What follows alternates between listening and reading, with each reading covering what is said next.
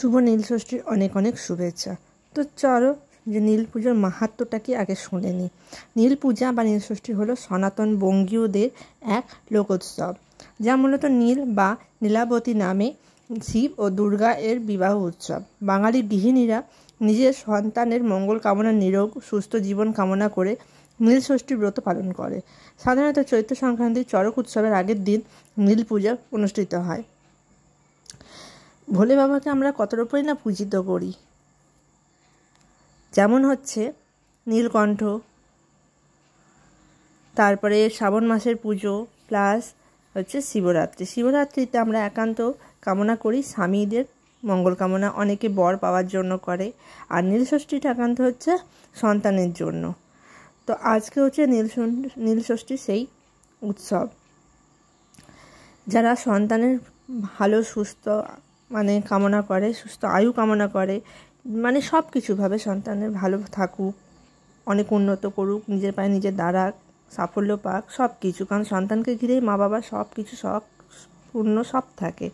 তো দেখো, আমি বাড়িতেই আগে পুজোটা করে নিয়েছি, কারণ তোমরা জানো আমার শরীরটা ভালো না, তার জন্য যাবো কি যাবো না মা নিয়ে গেল বলে গেছিলাম। যাই হোক, ঘরের পুজোটা আগে সেরে নিলাম।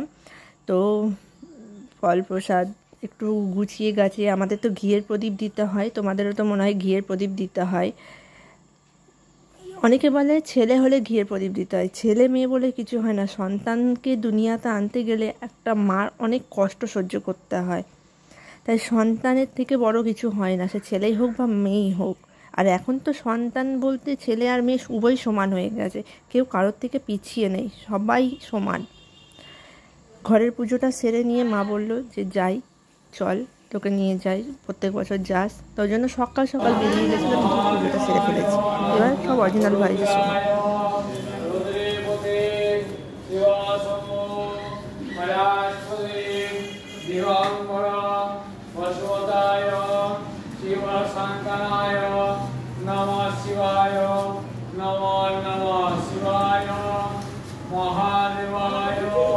रुद्राय रुद्रेपते शिवाशम्भो कैलासपते दिगम्बरं पशुपताय शिवसन्तानाय नमः शिवाय नमो नमः।